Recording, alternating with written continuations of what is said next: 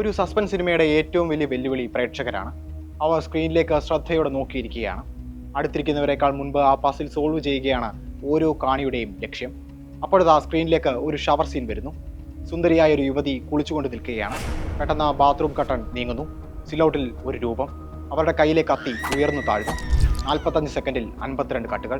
അലറി വിളിക്കുന്ന യുവതിയുടെ എക്സ്ട്രീം ക്ലോസ്, പശ്ചാത്തലത്തിൽ നിലവിളിക്കുന്ന വയലിന്റെ ശബ്ദം. സ്ക്രീനിൽ അടുത്ത നിമിഷം സംഭവിക്കുക എന്താണെന്ന് പ്രവചിക്കാൻ സാധിക്കുമെന്ന കാണിയുടെ തോന്നലിന് മേലാണ് അയാൾ ഈ സീൻ കൊണ്ടുവച്ചത്. ഇതാദ്യമായല്ല അയാൾ ക്ലീഷയ്ക്ക് മേൽ കത്തിവെക്കുന്നത്. അത് അയാളുടെ ശീലമാണ്. നമ്മൾ ആ ശീലത്തിനിട്ട പേരാണ് ഹിച്ച്കോക്ക് സിനിമകൾ.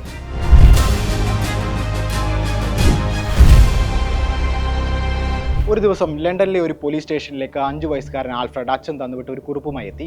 നോട്ട് വായിച്ച പോലീസുകാരൻ 5 വയസ്സുകാരനെ 10 മിനിറ്റോളം സെല്ലിൽ പൂട്ടിയിട്ടു. വഴക്കാളി പിള്ളേരോട് ഞങ്ങൾ ഇങ്ങനെയാണ് ചെയ്യുന്നതെന്ന് പറഞ്ഞ് ആ പോലീസുകാരൻ തുറന്നു വിടുമ്പോഴും എന്തിനാണ് അച്ഛൻ തന്നെ ശിക്ഷിച്ചതെന്ന് ആൽഫ്രഡിന് മനസ്സിലായില്ല. അവനൊരു മര്യാദക്കാരനായിരുന്നു.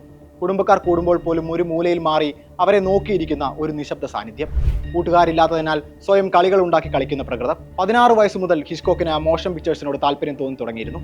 ഗൗരവമേറിയ സിനിമാ വാരികൾ വായിച്ചു തുടങ്ങിയ ഈ പ്രേമം ഒടുവിൽ അവനെ പാരമൗണ്ടിന്റെ ഫേമസ് പ്ലേയേഴ്സ് ലാസ്കിയിൽ എത്തിച്ചു. ഫേമസ് പ്ലേയേഴ്സിന്റെ ഒരു പരസ്യമാണ് ഹിച്ച്കോക്കിന് മുന്നിൽ സിനിമയിലേക്കുള്ള വഴി തുറന്നത്. നിശബ്ദ ചിത്രങ്ങളുടെ കാലമാണത്. കഥാപാത്രങ്ങൾ ചുണ്ടുകൾ അനക്കുകയുള്ളൂ. പശ്ചാത്തല സംഗീതവും ഇടയ്ക്ക് വരുന്ന ഡയലോഗ് കാർഡുകളുമാണ് ആശയം പൂർണ്ണമായി പ്രേക്ഷകരിലേക്ക് എത്തിക്കുക. ഇത്തരത്തിലുള്ള ഡയലോഗ് കാർഡുകൾ എഴുതിയാണ് ഹിച്ച്കോക്കിന്റെ തുടക്കം. ഹിച്ച്കോക്കിന്റെ കാർഡുകൾ പല മോശം സിനിമകളെയും അടിമുട്ടി മാറ്റി ഹിറ്റുകളാക്കി. പതിയെ അയാൾ ടൈറ്റിൽ ഡിപ്പാർട്ട്മെന്റിന്റെ തലവനായി. 1923 ഗ്രഹാം കട്ട് സംവിധാനം ചെയ്ത വുമൺ ടു വുമൺ ആണ് ഹിച്ച്കോക്കിന്റെ ജീവിതത്തിൽ വഴിത്തിരിവായത്. ചിത്രത്തിന്റെ തിരക്കഥാകൃത്ത്, അസിസ്റ്റന്റ് ഡയറക്ടർ, ആർട്ട് ഡയറക്ടർ എന്നിങ്ങനെ പല ജോലികൾ ചെയ്ത് ഹിച്ച്കോക്ക് സിനിമ പഠിച്ചെടുത്തു. അയാൾ ചെറിയ സ്ക്രിപ്റ്റുകൾ എഴുതാനും ചില സീനുകൾ ഷൂട്ട് ചെയ്യാനും തുടങ്ങി. ഫേമസ് പ്ലേയേഴ്സ് ബ്രിട്ടീഷ് കമ്പനികളെ ഏറ്റെടുത്തോടെ ആൽഫ്രഡിന് കൂടുതൽ ഉത്തരവാദിത്തങ്ങൾ ലഭിക്കാൻ തുടങ്ങി. ബ്രിട്ടീഷ് നിർമ്മാതാവ് മൈക്കിൾ ബാൾക്കനാണ് ഹിച്ച്കോക്കിനോട് ആദ്യമായി ആ ചോദ്യം ചോദിക്കുന്നത്. നിനക്ക് ഒരു സിനിമ ചെയ്തൂടെ? ആ ചോദ്യത്തിൽ നിന്ന് ഹോളിവുഡിന് ലഭിച്ചത് സസ്പെൻസിന്റെ മാസ്റ്ററിനെയാണ്. ഫ്ലഷ് ഗാർഡൻ ആണ് ആദ്യ ചിത്രമെങ്കിലും 1927 ഇറങ്ങിയ ലോഡ്ജറാണ് ആദ്യ ഹിച്ച്കോക്ക് സ്റ്റൈൽ നിറഞ്ഞ സിനിമ. ജാക്ക് ദ റിപ്പർ എന്ന ഭയത്തെയാണ് ഹിച്ച്കോക്ക് വിദഗ്ധമായി സിനിമയിൽ പ്രയോജനപ്പെടുത്തിയത്. പിന്നീട് അങ്ങോട്ട് സസ്പെൻസ് എന്ന ജോണറിൽ പരമാവധി പരീക്ഷണങ്ങൾ അദ്ദേഹം നടത്തി. എന്താണ് ഈ ഹിച്ച്കോക്കിയൻ പസിലുകളുടെ രസതന്ത്രം? അത് മനസ്സിലാക്കണമെങ്കിൽ ഹിച്ച്കോക്കിന്റെ സിനിമാറ്റിക് ലാംഗ്വേജ് എന്താണെന്ന് മനസ്സിലാക്കണം. വിഷ്വലി കഥ പറയാൻ സാധിച്ചില്ലെങ്കിൽ മാത്രമേ ഹിച്ച്കോക്ക് സംഭാഷണങ്ങളെ ആശ്രയിക്കാറുള്ളൂ. സദാ നീങ്ങിക്കൊണ്ടിരിക്കുന്ന ക്യാമറ കഥാഗതിയിൽ നമ്മൾ അറിയേണ്ട കാര്യങ്ങളുടെ സൂചനകൾ നൽകിക്കൊണ്ടേയിരിക്കും. തനിക്ക് എല്ലാ ഷോട്ടുകളും എല്ലാ ആംഗിളുകളും അറിയാമെന്ന ആത്മവിശ്വാസമാണ് ഇത്തരത്തിൽ വിഷ്വലിൽ മുറുക്ക പിടിക്കാൻ ഹിച്ച്കോക്കിനെ പ്രേരിപ്പിക്കുന്നത്. സിനിമ ഷൂട്ട് ചെയ്യുക എന്നത് അയാൾക്കൊരു ഓർക്കസ്ട്ര കണ്ടക്ട് ചെയ്യുന്നത് പോലെയാണ്. വൈഡിൽ നിന്ന് ക്ലോസിലേക്കുള്ള ഒരു ഷോട്ട് മതി ഹിച്ച്കോക്കിന് കഥാപാത്രത്തിന്റെ ഞെട്ടൽ സ്ക്രീനിലേക്ക് എത്തിക്കാൻ. ഇനി ഇതേ വൈഡിൽ നിന്ന് ഒരു ട്രാക്കിംഗ് ഷോട്ടിലൂടെയാണ് ക്ലോസിലേക്ക് എത്തുന്നതെങ്കിൽ ഉറപ്പിച്ചുകൊള്ളൂ, ഇതാ ഒരു രഹസ്യം നമ്മൾ മാത്രമായി കാണാൻ പോകുന്നു. കഥാപാത്രങ്ങളുമായി പ്രേക്ഷകർ എത്ര അടുക്കണമെന്ന് പോലും ഹിച്ച്കോക്ക് തീരുമാനിക്കും. അതും ക്യാമറ ആംഗിളുകളിലൂടെ. ക്ലോസപ്പ് ആണെങ്കിൽ ഏതെങ്കിലും ഒരു വികാരത്തെ എടുത്തു കാണിക്കാനാകും, മിക്കവാറും സംശയം അല്ലെങ്കിൽ പരിഭ്രമം. ഹൈ ആംഗിൾ ആണെങ്കിൽ നമ്മൾ അതിമാനുഷമായ എന്തിനോ ആണ് സാക്ഷിയാകുന്നത് എന്നർത്ഥം. സൈഡിലാണ് ക്യാമറയെങ്കിൽ അത് ആ ക്യാരക്ടറിന്റെ കുറ്റബോധത്തെ കുറിക്കാനാണ്. വൈഡ് ഷോട്ടുകൾ കഥാപാത്രത്തിൽ നിന്ന് വിട്ടു നിന്നുള്ള കാഴ്ചയാണ്. അവിടെ പശ്ചാത്തലത്തിനാണ് പ്രാധാന്യം. അതായത് ക്യാമറ വെറുതെ ഭംഗിക്ക് വെക്കുകയല്ല, മറിച്ച് മ്യൂസിക് നോട്ട് പോലെ സസ്പെൻസ് എന്ന വികാരത്തെ ഇഴ ചേർക്കുകയാണ്. ഒന്ന് പിഴച്ചാൽ എല്ലാം തകരും. പക്ഷേ ഹിച്ച്കോക്കിന് ഒരിക്കൽ പോലും പിഴച്ചില്ല. ഇങ്ങനെ ഷോട്ട് എടുക്കുന്നതിൽ മാത്രമല്ല ഹിച്ച്കോക്ക് മികച്ചു നിന്നത്, അത് എങ്ങനെ എഡിറ്റ് ചെയ്യണമെന്ന കാര്യത്തിലും ഹിച്ച്കോക്കിന് ധാരണയുണ്ടായിരുന്നു. ഒരു കഥാപാത്രത്തിന്റെ വികാരത്തിനൊപ്പം പ്രേക്ഷകനെ പറഞ്ഞുവിട്ട് ഒടുവിൽ ആ ബന്ധം എവിടെ വിച്ഛേദിക്കുന്നു എന്നിടത്താണ് കഥയുടെ ഒഴുക്ക് കിടക്കുന്നതെന്ന് അദ്ദേഹം വിശ്വസിച്ചു. പലപ്പോഴും ഷോട്ടുകളിൽ നിന്ന് കട്ട് ചെയ്യാതെ തന്നെ അടുത്ത ഷോട്ടിലേക്ക് ക്യാമറ നീങ്ങും. അത് ആ സന്ദർഭത്തിന്റെ ടെൻഷൻ വർദ്ധിപ്പിക്കും. ഫാസ്റ്റ് കട്ടിങ്ങുകളും ഹിച്ച്കോക്ക് ഉപയോഗിച്ച് കാണാറുണ്ട്. ഒരു മൊമെന്റിനെ പലരുടെ കാഴ്ചപ്പാടിലൂടെ പല കഷ്ണങ്ങളായി മുറിക്കും, എന്നിട്ട് ഒരു പോയിന്റിലേക്ക് എത്തിക്കും. സ്ക്രീനിൽ കാണാത്ത പലതും കാണികളുടെ ഭാവനയിൽ എത്തിക്കാനാണ് ഈ രീതി ഉപയോഗിക്കുന്നത്. ഇനി ഹിച്ച്കോക്കിന്റെ മറ്റൊരു സിനിമാറ്റിക് ടൂളിലേക്ക് പോകാം. കഥാപാത്രങ്ങൾ, അവരുടെ ശരീരം. ഒരു കഥാപാത്രത്തിന്റെ നാടകീയമായ അവതരണത്തിന് പലപ്പോഴും കാലുകളാണ് ഹിച്ച്കോക്ക് ഉപയോഗിക്കാറ്. സ്ഥലം, അവരുടെ മനോനില എന്നിവയൊക്കെ ഈ കാലുകളുടെ ചലനങ്ങൾ പറഞ്ഞു തരും. ഇനി അവരുടെ കൈകൾ എടുത്താലോ, അവ എന്തെങ്കിലും വസ്തുക്കളുമായി നിരന്തരം സമ്പർക്കത്തിൽ ഏർപ്പെടുന്നുണ്ടാകും. അത് ചിലപ്പോൾ ഒരു മർഡർ വെപ്പണോ തെളിവോ ആയിരിക്കും. ആ സമ്പർക്കമാകും കഥയിലെ ബ്രേക്ക് ത്രൂ. ഈ ഫോർമുലയിലേക്ക് കണ്ണുകൾ കൂടി എത്തുമ്പോഴാണ് ഒരു ഹിച്ച്കോക്കിയൻ വിഷ്വൽ സെന്റൻസ് പൂർത്തിയാകുന്നത്.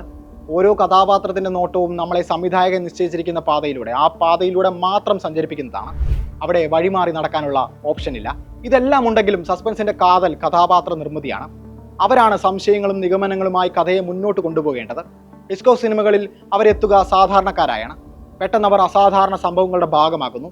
റേ വിൻഡോയിലെ കാലൊടിഞ്ഞ് വിശ്രമിക്കുന്ന ഫോട്ടോഗ്രാഫറും വെർട്ടിഗോയിലെ എക്സ് ഡിറ്റക്റ്റീവും എല്ലാം ഇതിന്റെ ഉദാഹരണങ്ങളാണ്. അവർ എന്തിൽ നിന്ന് ഓടിയൊളിക്കുന്നു അതിൽ തന്നെ ചെന്നെത്തുന്നു. അവർക്കായി പ്രേക്ഷകർ വ്യാകുലപ്പെടുന്നു. അതിനിടയിൽ സംഭവിക്കാനുള്ളത് സംഭവിച്ചിരിക്കും. നമ്മളെ അയാൾ ഒരേ സമയം കഥാപാത്രങ്ങളുമായി അടുപ്പിച്ച് കഥയിലെ രഹസ്യങ്ങളിൽ നിന്ന് അകലത്ത് നിർത്തുകയാണ്. ഇന്നത്തെ പല സിനിമകളിലും കാണുന്നത് പോലെ സസ്പെൻസ് കൊണ്ടുവരാൻ ഇരുട്ടോ ഗോഡൌണോ ചെവി തുളഞ്ഞു കയറുന്ന സംഗീതമോ ഹിച്ച്കോക്കിന് ആവശ്യമില്ല. ദാ ഞെട്ടാൻ റെഡി ആയിക്കോ എന്ന അനൗൺസ്മെന്റ് ഇല്ലാതെയാണ് ഹിച്ച്കോക്ക് സിനിമകളിൽ പ്ലോട്ട് ട്വിസ്റ്റുകൾ കടന്നു വരിക. അത് ചിലപ്പോൾ നോർത്ത് ബൈ നോർത്തിലെ പോലെ വിശാലമായ തുറസിൽ നായകനെ ചേസ് ചെയ്യുന്ന ഒരു പ്ലെയിൻ ആയിട്ടായിരിക്കും എത്തുക. അതുമല്ലെങ്കിൽ ഏറ്റവും സുരക്ഷിതമായ സ്വകാര്യമിടമെന്ന് കരുതുന്ന ബാത്റൂമിലാകും ഹിച്ച്കോക്ക് അപകടം ഒളിപ്പിച്ചു വെച്ചിരിക്കുക. ഹിച്ച്കോക്കിന്റെ ഈ ടെൻഷൻ ബിൽഡിങ്ങിന്റെ അദ്ദേഹത്തിന്റെ ക്രാഫ്റ്റിന്റെ പൂർണ്ണതയാണ് സൈക്കോയിലെ ഷവസി. ആ സീന്റെ താളം പറയും ഹിച്ച്കോക്ക് ആരാണെന്നും എന്താണെന്നും. ബേറ്റ്സ് മോഡലിന്റെ ബാത്റൂമിൽ ഷവറിന് കീഴെ കുളിച്ചുകൊണ്ടിരിക്കുന്ന നായിക മരിയോൺ. ഒരു സാധാരണ സ്വകാര്യ നിമിഷം. വെള്ളത്തിന്റെ ശബ്ദത്തിൽ തന്നെ തേടി വരുന്ന അപകടത്തെ അവൾ അറിയുന്നില്ല. ശാന്തത നിറഞ്ഞ മരിയോന്റെ മുഖത്തിന്റെ ക്ലോസ്. പെട്ടെന്നാണ് ട്രാൻസ്പെറന്റ് ആയ ബാത്റൂം കട്ടന് പിന്നിൽ ഒരു ഇരുണ്ട രൂപം പ്രത്യക്ഷപ്പെടുന്നത്. അത് മരിയോൺ അറിയുന്നില്ല. പശ്ചാത്തലത്തിൽ വെള്ളത്തിന്റെ ശബ്ദം മാത്രം. നാടകീയമായ ബാക്ക്ഗ്രൗണ്ട് സ്കോറിന്റെ അഭാവം പ്രേക്ഷകരെ നിസ്സഹായരാക്കുന്നു. പെട്ടെന്നാണ് ആക്രമണം. കത്തി, മരിയോന്റെ മുഖം, വെള്ളത്തിനൊപ്പം ഒലിച്ചിറങ്ങുന്ന ചോര എന്നിവയുടെ എക്സ്ട്രീം ക്ലോസ്.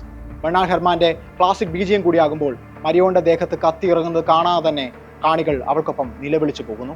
ഒരു യുവതി ഒരു മോട്ടലിൽ വെച്ച് കുത്തേറ്റ് മരിക്കുന്നു എന്ന വൺ ലൈൻ ക്ലാസിക് ആയത് വെറുതെയല്ല. 45 സെക്കൻഡുകളുള്ള ഈ സീനിൽ 72 ക്യാമറ സെറ്റപ്പുകളും 52 കട്ടുകളുമാണുള്ളത്. ബാത്റൂമിലെ പ്ലഗ് ഹോളിൽ നിന്ന് ക്യാമറ സ്പിൻ ചെയ്ത് മരിയോന്റെ നിശ്ചലമായ തുറന്ന കണ്ണുകളിലേക്ക് ആ ഷോട്ട് ഡിസോൾവ് ചെയ്യുന്നിടത്ത് ഏതൊരു സിനിഫയിലും അറിയാതെ പറഞ്ഞു പോകും, ഇതാണ് സിനിമ. ഹിച്ച്കോക്കിന്റെ പ്ലോട്ട് ട്വിസ്റ്റുകൾ സസ്നേഹം സുമിത്രയും മാന്നാർ മത്തായും ഒക്കെ ആകുമ്പോൾ നഷ്ടമാകുന്നതും ഇതേ ത്രില്ലാണ്. ഹിച്ച്കോക്കിന്റെ ഏതൊരു പടം എടുത്താലും അതിൽ ഒരു ഒളിഞ്ഞുനോട്ടക്കാരൻ മറഞ്ഞു കിടപ്പുണ്ട്. ആ പീപ്പിംഗ് ടോം കഥാപാത്രം മാത്രമല്ല, ഹിച്ച്കോക്ക് തന്നെയാണ്. വെട്ടിഗോയിലെ സ്കോട്ടി, റയർ വിൻഡോയിലെ ജെഫ്, സൈക്കോയിലെ നോമൻ എല്ലാം ഹിച്ച്കോക്ക് തന്നെയാണ്. പ്രേക്ഷകന്റെ രഹസ്യ കാമനകൾ, കുറ്റബോധം, കൗതുകം എല്ലാം ഉപയോഗപ്പെടുത്തുകയാണ് ഹിച്ച്കോക്കിന്റെ ലക്ഷ്യം. എന്നാൽ അത് സിനിമയിൽ മാത്രം ഒതുങ്ങുന്നില്ല. ബ്ലോണ്ട് സ്റ്റീരിയോടൈപ്പിനോടുള്ള ഒബ്സഷൻ പോലെ തന്നെ ആളുകളെ നിരീക്ഷിക്കുന്നതും ഒരു ഹിച്ച്കോക്കിയൻ രീതിയാണ്. അത് പലപ്പോഴും എതിരെ നിൽക്കുന്നവരെ അസ്വസ്ഥരാക്കുന്ന വിധത്തിലാകും. പലപ്പോഴും സ്റ്റുഡിയോയിൽ നിശബ്ദനായിരുന്ന ഹിച്ച്കോക്ക് ആളുകളെ രഹസ്യമായി നിരീക്ഷിക്കാറുണ്ടായിരുന്നു. എന്നിട്ട് അവരുടെ നടപ്പ്, ചിരി, ചലനങ്ങൾ എന്നിവയെ പറ്റിയെല്ലാം മനസ്സിൽ കുറിച്ചു വെക്കും. വീട്ടിലും ഇത് അങ്ങനെ തന്നെയായിരുന്നു. പാർട്ടികളിൽ അയാൾ അധികം സംസാരിക്കാറില്ല. അയാൾ നോക്കിയിരിക്കുകയാവും. അതിഥികളുടെ ആത്മാവിനെ കൊത്തി വലിക്കുന്ന നോട്ടം. എന്നാൽ തൻ്റെ സിനിമകളിൽ ക്യാമിയോ ആയി കടന്നു വരുമ്പോൾ അയാൾ വരുന്നതോ പോകുന്നതോ ആരും അറിഞ്ഞില്ല. അയാൾ സ്ക്രീനിലേക്ക് തുറച്ചു നോക്കിയതുമില്ല. മേതിൽ സ്റ്റൈലിൽ പറഞ്ഞാൽ ഹിച്ച്കോക്ക് ദൈവത്തെ പോലെയാണ്.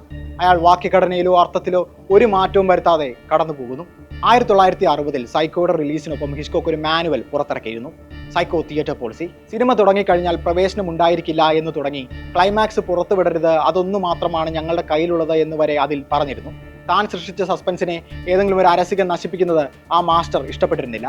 ഇന്ന് ടൈറ്റിൽ കാർഡിൽ തുടങ്ങി സിനിമയിലെ ഓരോ ഇഞ്ചും സ്റ്റാറ്റസ് ആക്കാൻ മൊബൈൽ ഉയർത്തുന്നവർ ഒന്ന് സൂക്ഷിച്ച് ആ തിയേറ്ററിന്റെ ഇരുട്ടിലേക്ക് നോക്കൂ.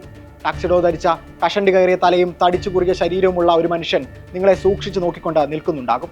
അയാളുടെ കണ്ണുകൾ പറയുന്നത് ഇത്ര മാത്രമാണ്: ആർ യു ഷുവർ?